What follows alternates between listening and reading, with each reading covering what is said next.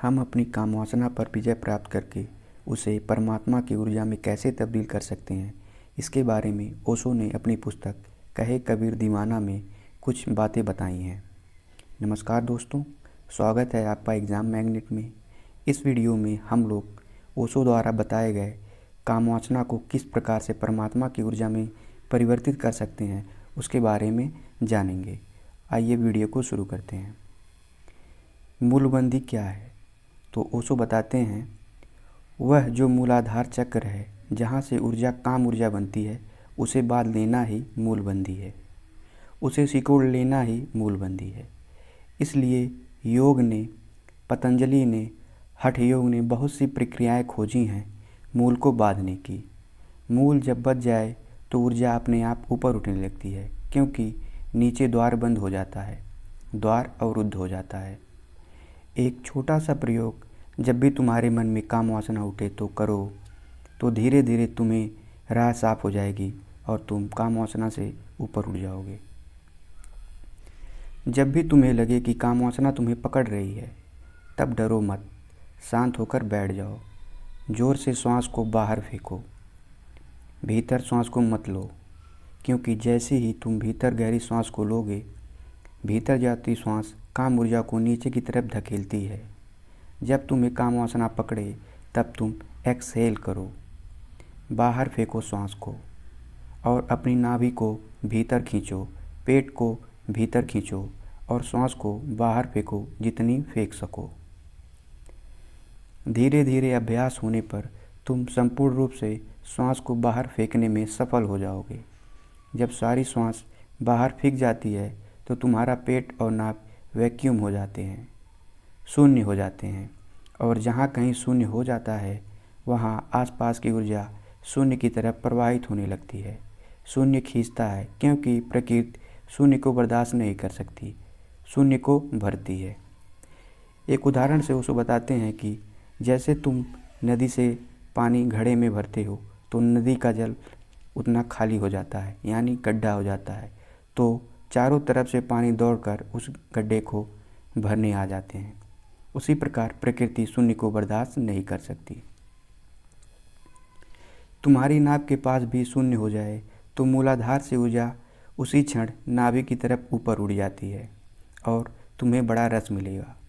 जब तुम पहली दफ़ा अनुभव करोगे कि एक गहन ऊर्जा बाण की तरह आकर नाभि में उड़ गई, तुम पाओगे कि सारा तन एक गहन श्वास से भर गया, एक ताजगी। यह ताजगी वैसी ही होगी, ठीक वैसा ही अनुभव तुम्हें होगा जैसा संभोग के बाद उदासी का होता है। जैसे ऊर्जा के स्खलन के बाद एक शिथिल पकड़ लेती है शरीर में, एक रुग्ण दशा, एक विषाद, एक हारापन, एक थकान, तुम सो जाना चाहते हो। बहुत से लोग संभोग का उपयोग केवल नींद के लिए ही करते हैं, क्योंकि वे थक जाते हैं।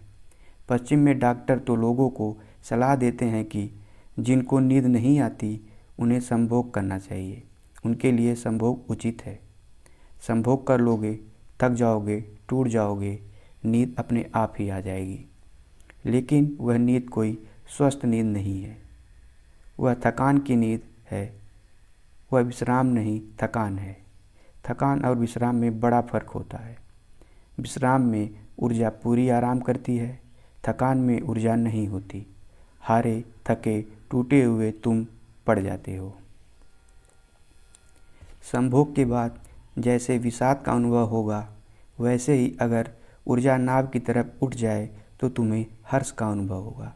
एक प्रफुल्लता घेर लेगी, ऊर्जा का रूपांतरण शुरू हुआ। तुम ज़्यादा शक्तिशाली, ज़्यादा सामंजस्यपूर्ण, ज़्यादा उत्फुल्ल, सक्रिय, अनथके, विश्रामपूर्ण मालूम पड़ोगे। जैसे गहरी नींद के बाद उठे हो, ताजगी आ जाएगी।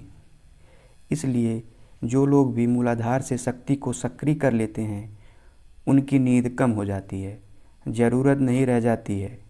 वे थोड़े घंटे सोकर ही ताज़े हो जाते हैं। फिर तो 2 घंटे तो कर उतने ताज़े हो जाना उनके लिए कोई बड़ी बात नहीं होती, क्योंकि उनके शरीर को तो ऊर्जा पैदा करना पड़ता, लेकिन निर्मित करना पड़ता है,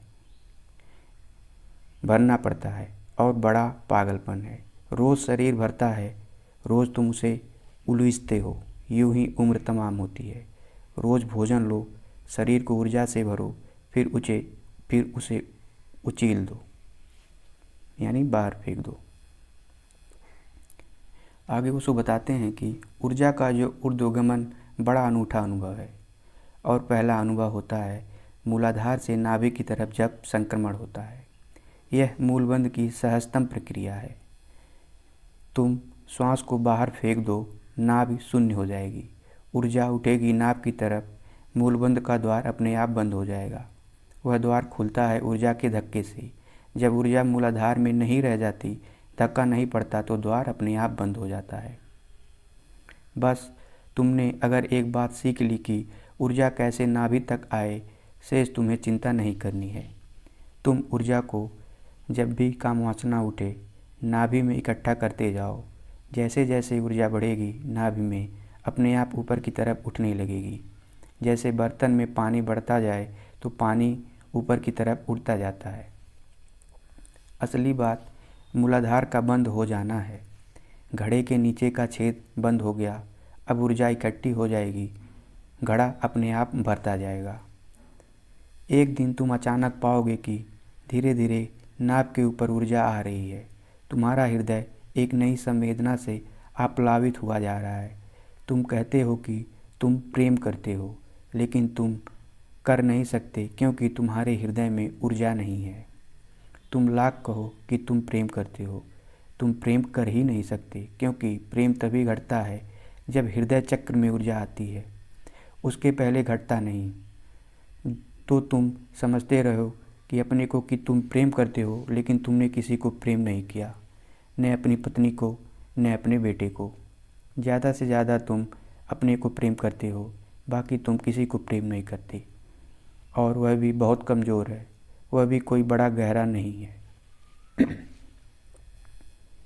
जिस दिन हृदय चक्र पर आ जाएगी तुम्हारी ऊर्जा, तुम पाओगे कि तुम प्रेम से भर गए हो। तुम जहाँ भी उठोगे, बैठोगे, तुम्हारे चारों तरफ एक हवा बहने लगेगी प्रेम की। दूसरे लोग भी अनुभव करेंगे कि तुम में कुछ बदलाव आया है। तुम अब वह नहीं रहे, तुम कोई और ही तरंग लेकर आते हो, तुम्हारे साथ कुछ और ही लहर आती है। तुम जिससे उदास भी प्रसन्न हो जाते हैं, दुखी थोड़ी देर को दुख भूल जाते हैं और अशांत शांत हो जाते हैं। तुम जहाँ छू देते हो, जिसे छू देते हो, उस पर एक छोटी सी वर्षा प्रेम की हो जाती है। लेकिन हृदय में ऊर्जा आएगी तभी यह संभव होगा। ऊर्जा जब बढ़ेगी, हृदय से कंठ में आएगी, तब तुम्हारी वाणी में एक माधुर्य आ जाएगा। तब तुम्हारी वाणी में एक संगीत, एक सौंदर्य आ जाएगा। तुम साधारण से शब्द बोलोगे और उन शब्दों में काव्य होगा। तुम 2 शब्द किसी से कह दोगे और तुम उसे तृप्त कर दोगे। तुम चुप भी रहोगे तो तुम्हारे मौन में भी संदेश छिप जाएंगे। तुम न भी बोलोगे तो भी तुम्हारा अस्तित्व बोलेगा। ऊर्जा कंठ पर आ गई है। उपनिषद के गीत तभी तो फूटे होंगे जब ऊर्जा कंठ पर आ गई होगी। बुद्ध के वचन तभी तो निःसृत हुए होंगे जब ऊर्जा कंठ पर आ गई होगी। कुरान के वचन साधारण वचन हैं, लेकिन जब मोहम्मद ने उन्हें कहा था तब उन वचनों में बात ही कुछ और थी। तब वे किसी और ही लोक से आते थे। तुम भी उनको दोहरा सकते हो, लेकिन तुम्हारी ऊर्जा जहाँ होगी, उन शब्दों में वही गुणधर्म प्रविष्ट हो जाएगा। अगर कामवासना से भरा हुआ आदमी कुरान को कितने ही तरन्नुम से गाए तो भी वह कव्वाली ही होगी, वह कुरान हो ही नहीं सकता, क्योंकि कुरान का संबंध शब्दों से थोड़ी ही है, तुम्हारे जीवनी ऊर्जा से है।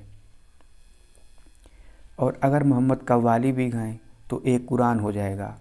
उन शब्दों में भी नए भाव आविर्भूत हो जाएंगे, नई कपोलें लग जाएंगी, नए फूल लग जाएंगे। कृष्ण ने गीता कही, वह कंठ से आई ऊर्जा की अभिव्यक्ति है, अभिव्यंजना है। कितने लोग गीता को कंठस्थ किए हैं और कितने लोग रोज़ उसका पाठ करते रहते हैं, कितने हजारों पाठ कर चुके हैं। लेकिन अगर काम ऊर्जा मूलाधार से गिर रही है तो गीत तुम गाते रहो, वह गीता तुम्हारी ही होगी। भगवत गीता नहीं हो सकती। भगवत गीता होने के लिए तो चेतना का भागवत हो जाना जरूरी है। ऊर्जा ऊपर उठती जाती है। एक घड़ी ऐसी आएगी कि तुम्हारे तीसरे नेत्र पर ऊर्जा का आविर्भाव हो जाएगा, उदय हो जाएगा। तब तुम्हें पहली दफ़ा दिखाई पड़ना शुरू होता है। तुम अब अंधे नहीं होते, उससे पहले तुम अंधे हो, क्योंकि उसके पहले तुम्हें आकार दिखाई पड़ते हैं, निराकार दिखाई नहीं पड़ता, और वही असली में है। सब आकारों में छिपा है निराकार। आकार तो मूलाधार में बधी हुई ऊर्जा के कारण दिखाई पड़ते हैं, अन्यथा कोई आकार नहीं है। तुम कहाँ समाप्त होते हो, कहाँ तुम्हारी सीमा है, कहाँ तुम शुरू होते हो? इसका उत्तर देते हुए उन्होंने कहा है, न कोई शुरू होता है, न कोई कहीं समाप्त होता है, सारा जगत संयुक्त है। तुम झाड़ों से जुड़े हो, पहाड़ों से जुड़े हो, चाँद तारों से जुड़े हो, छोटा सा मकड़ी का जाला जिलाओ और अनंत आकाश के तारे भी कँप जाते हैं, क्योंकि सारा अस्तित्व एक है। इसमें दो तो हैं नहीं कि कहीं नहीं, लेकिन तुम्हें अनेक दिखाई पड़ता है। अंधे हो या मूलाधार अंधा चक्र है, इसलिए तो हम कामवासना को अंधी कहते हैं। वह अंधी है, उसे पास आँख बिल्कुल नहीं है। आँख तो खुलती है तुम्हारी असली आँख जब तीसरे नेत्र पर ऊर्जा आकर प्रकट होती है, जब लहरें तीसरे नेत्र को छूने लगती हैं। तीसरे नेत्र के किनारे जब तुम्हारी ऊर्जा की लहरें आकर टकराने लगती हैं, पहली दफ़ा तुम्हारे भीतर दर्शन की क्षमता जगती है।